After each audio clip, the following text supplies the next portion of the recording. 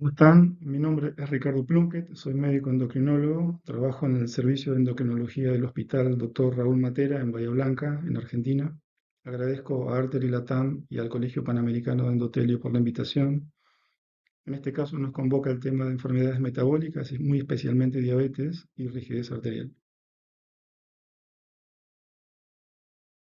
La hoja de ruta propuesta será los mecanismos de injuria arterial en diabetes conocidos, los mecanismos facilitadores de la rigidez arterial que conocemos en diabetes, la importancia de la rigidez arterial en la arena clínica, el análisis de la evidencia de la relación de diabetes y rigidez, que es una relación compleja, una perspectiva complementaria de ese tipo de relación entre estas dos entidades, un modelo de causalidad fisiopatológico y una conclusión sobre la relación de diabetes y también otras enfermedades metabólicas con la rigidez arterial. Diabetes promueve injuria arterial a través de muy diversos mecanismos y consideraremos en este caso la insulinoresistencia y el estrés oxidativo, la hiperglucemia como mecanismo facilitador de aterotrombosis, la activación de microRNA endotelial, la facilitación de trombosis y coagulación, los procesos de remodelado y calcificación arterial y los fenómenos de memoria vascular hiperglucémica.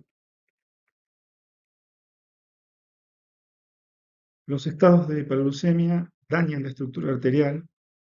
En el gráfico podemos ver de izquierda a derecha ilustrados varios mecanismos.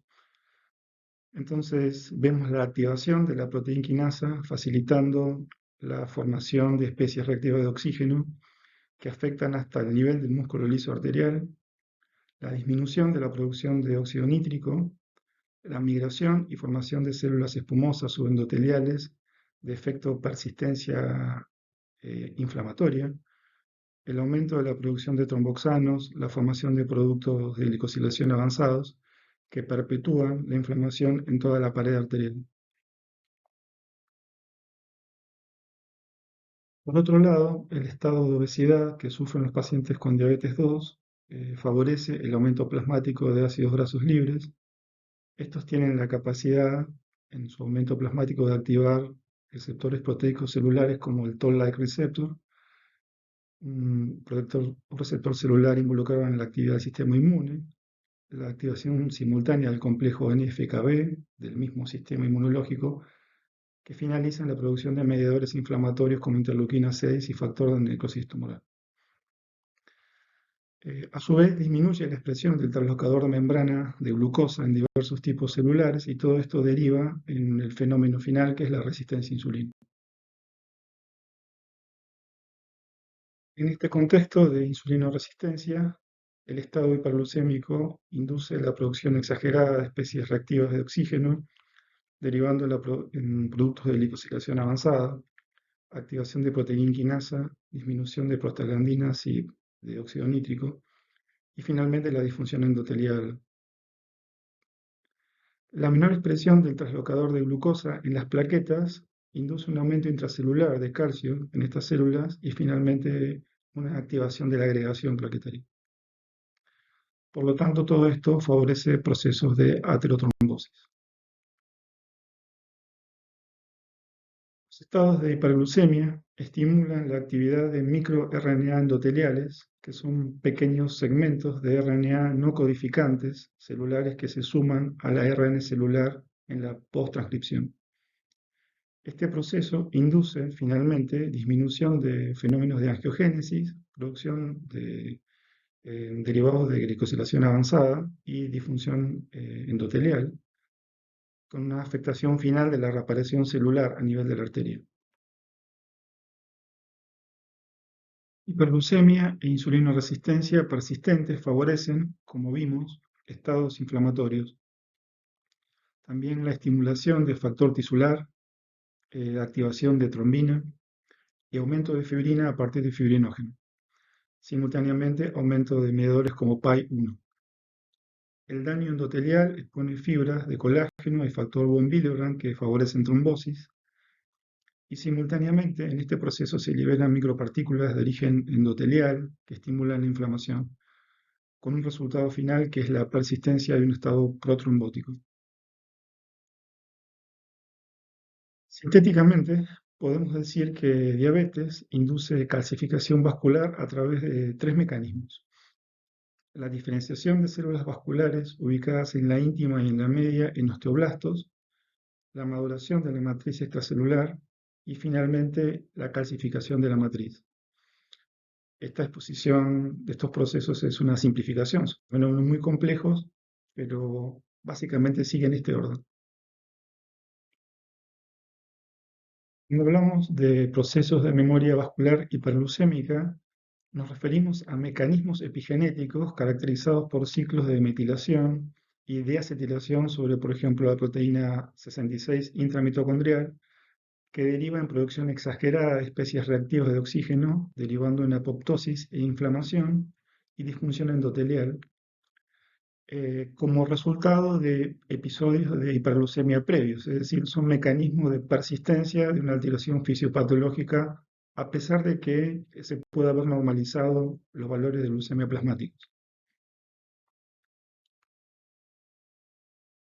Como podemos ver, varios mecanismos de daño arterial mencionados promueven difuso daño endotelial y la participación de mediadores como factor de necrosis tumoral, interleuquina 1, trombina, especies reactivas de oxígeno, productos de glicólisis avanzados, que activan metaloproteasas de matriz extracelular encargadas de la degradación de fibras de colágeno y elastina.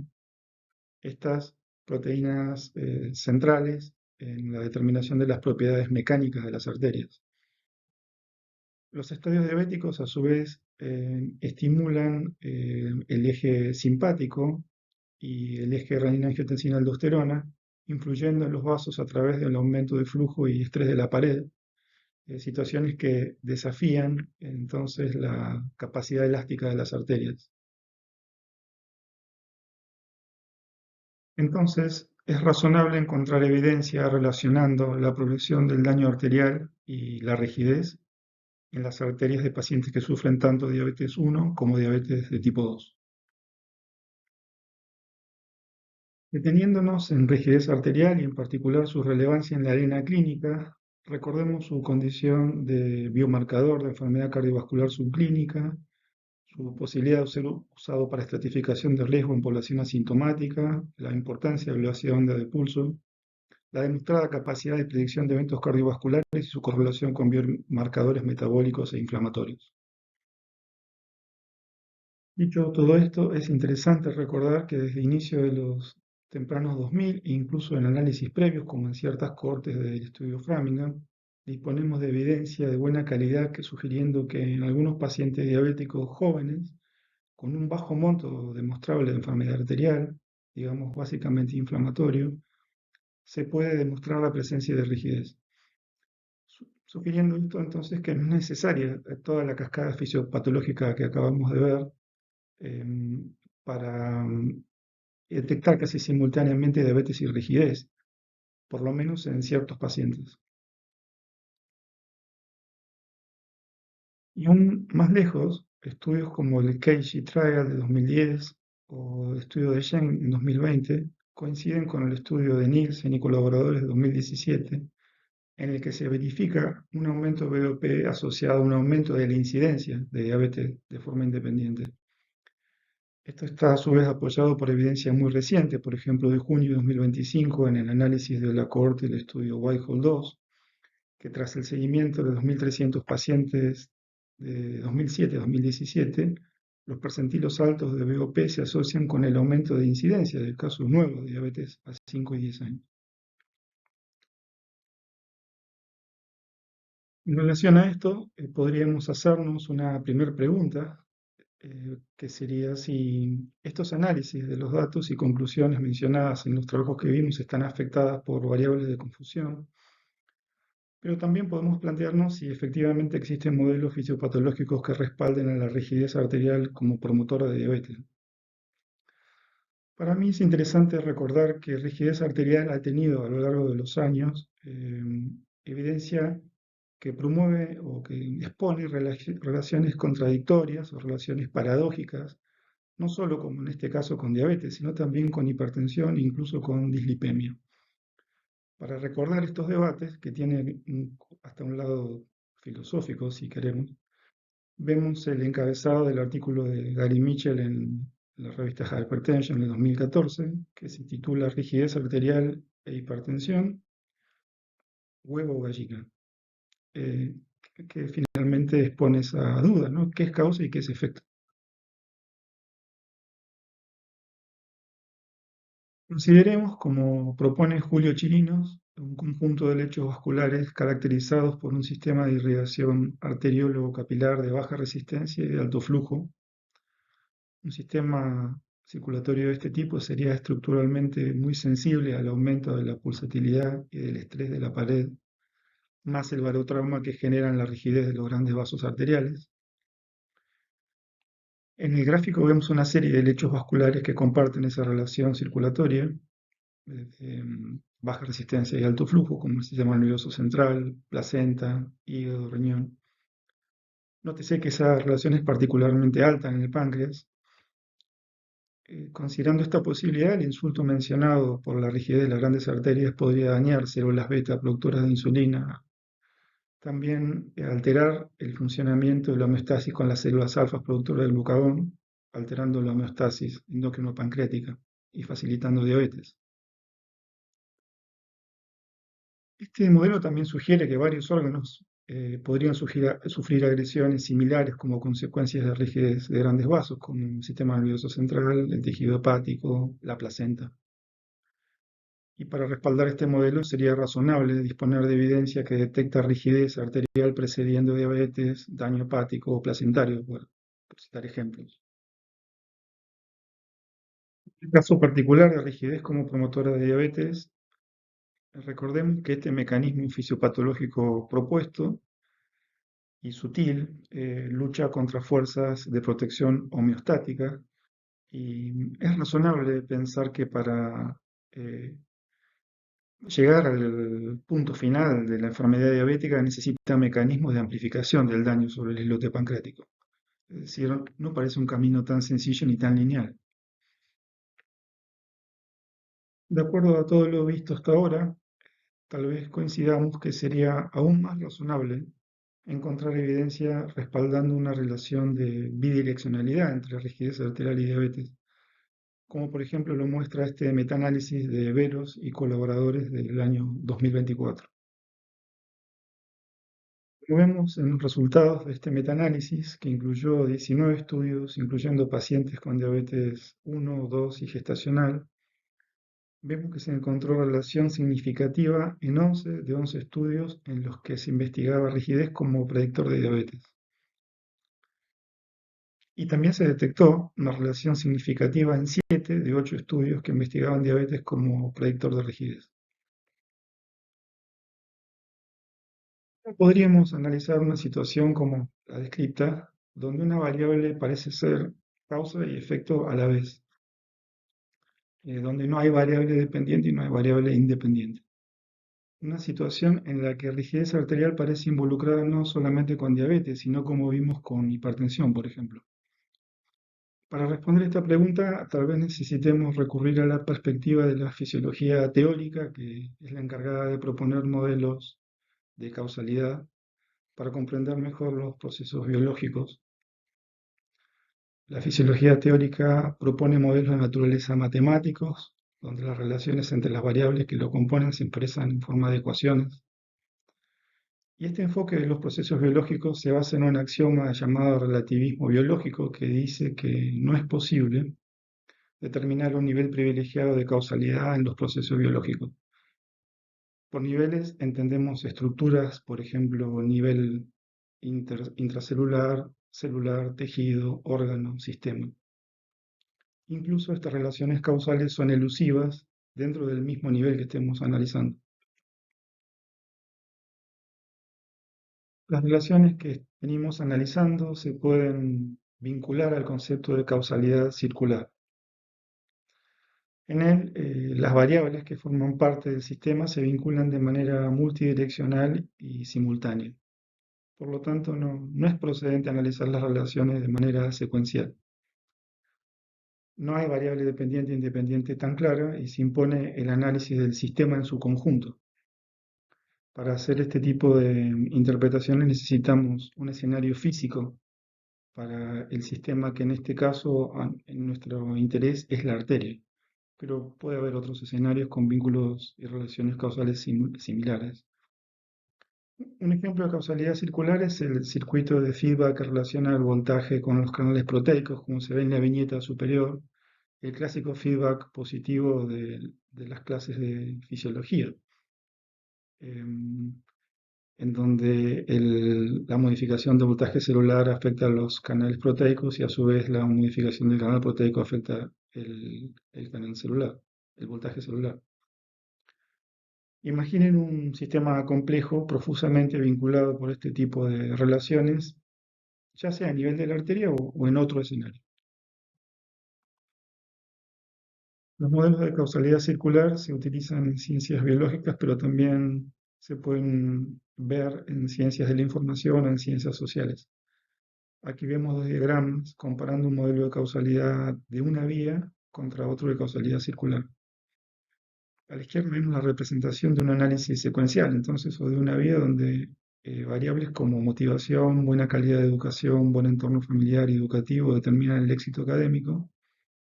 Y prosiguiendo con la simplificación de estas relaciones, vemos a la derecha el gráfico de un modelo de causalidad circular, caracterizado por relaciones multidireccionales entre sus componentes y generando un fenómeno de amplificación de tipo causal, produciendo diversos efectos en el sistema, fenómeno de amplificación al que creo que mencionamos en algunas de las slides previas.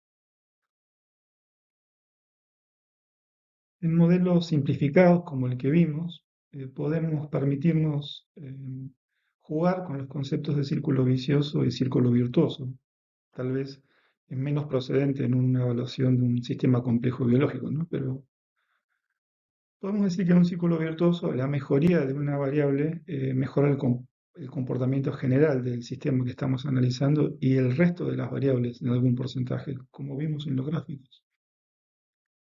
En el escenario arterial nos podríamos permitir reemplazar el verbo mejorar por tratar. Y creo que es razonable preguntarnos si es correcto decir que tratar rigidez es tratar diabetes y viceversa, en un porcentaje por lo menos a determinar. Un modelo causal como el que analizamos al menos nos permite realizarnos una pregunta de ese tipo. Debemos mencionar otras condiciones endocrino-metabólicas que comparten una relación estadísticamente positiva con rigidez arterial, como por ejemplo obesidad, prediabetes, dislipemia, hiperuricemia, enfermedad esteatohepática asociada a disfunción metabólica y disfunción de tipo placentario. Es bueno recordar el grupo de órganos caracterizados por lechos de baja resistencia y alto flujo, que serían sensibles al insulto provocado por rigidez de grandes vasos. En estos órganos también podría pensarse en una relación bidireccional con rigidez arterial como podemos proponer con diabetes. Como vemos en el metaanálisis de 36 estudios de Musa y colaboradores, los percentiles altos de rigidez arterial en mujeres gestantes se correlacionan con mayor incidencia de preeclampsia y embarazos de bajo peso. El estudio de Chen y colaboradores muestra que evaluados 1022 pacientes durante 4 años, los cuartilos más altos de rigidez arterial predicen la incidencia de síndrome metabólico y diabetes, pero llamativamente en el transcurso de esa secuencia se detecta la incidencia aumentada de hígado graso en forma de intermediario al estado diabético. Ustedes tienen en mente que tanto un estado establecido de preeclampsia como un estado de hígado graso no alcohólico derivan en una afectación inflamatoria a favor de disfunción endotelial, inflamación, estrés oxidativo sobre las arterias, y esa es la forma que toma este círculo multicausal que conversamos. Al finalizar, podemos preguntarnos si tal vez la complejidad de la relación entre rigidez y diabetes expliquen la falta de visibilidad de la variable rigidez arterial en las guías de manejo de diabetes. Tal vez nuevos modelos superadores, más más cristalinos, más transparentes de esta relación puedan subsanar el problema, seguramente redundará eso en un control más efectivo de nuestros pacientes. Finalmente, el signo de interrogación del último slide remite a una serie de paradojas analizadas a lo largo de toda la conversación, que creo que fueron la nota dominante de la charla y nos llevaron a esta conclusión.